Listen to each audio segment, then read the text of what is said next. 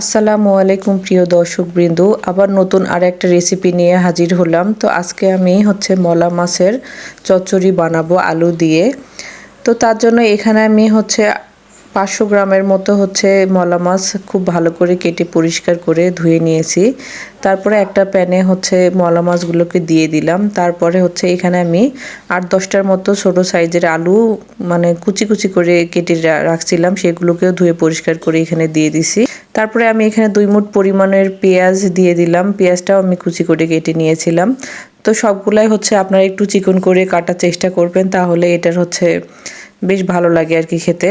তো সবগুলাই দেওয়ার পরে আমি এখানে পরিমাণ মতো লবণ, হলুদ, শুকনো মরিচের গুঁড়া সামান্য পরিমাণ দিছি, কারণ আমি এখানে কাঁচা মরিচ ব্যবহার করছি, শুধু কালারের জন্য একটু শুকনো মরিচের গুঁড়া দিয়েছি। তো তারপরে তেল দিতে হবে। তেলটা আমি একটু বেশি পরিমাণে দিছি। দেওয়ার পরে খুবই ভালো করে মেখে নিতে হবে এটাকে।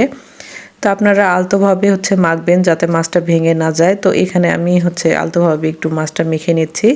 তো মাখা শেষ হয়ে গেছে। আমি এখানে খুবই সামান্য পরিমাণে একটু পানি দিয়ে দিব, কারণ বেশি পানি দিলে মাছটা পড়ে যায়, ভেঙে যেতে পারে। তো এখানে সামান্য পরিমাণে একটু পানি দিয়ে আমি ঢাকনা দিয়ে ঢেকে রান্না করব এটাকে প্রায় 10 মিনিটের মতো। তো 10 মিনিট পরে আমি ঢাকনা খুলে একটু উল্টে দেখতেছিলাম যে আমার মাছটার কি অবস্থা। তো মাছটা আর একটু পানি আছে, তো পানিটা আমি পুরোটাই টেনে নেওয়ার পরে এটাকে খুব ভালো করে মানে ভেজে নিব। তো এখানে ঢাকনা দিয়ে আমি আবার 10-15 মিনিটের জন্য রান্না করলাম। তো 10 মিনিট পরে আমি ঢাকনা খুলে একটু দেখতেছি কি অবস্থা। তো আমার পানিটা প্রায় শুকিয়ে গেছে।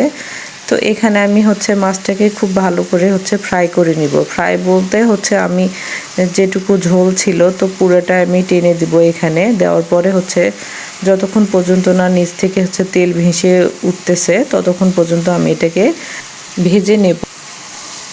তো আপনারা এই পর্যায়ে খুবই সাবধানে উলট করে দিতে হবে, কারণ মাছটা ভেঙে যেতে পারে।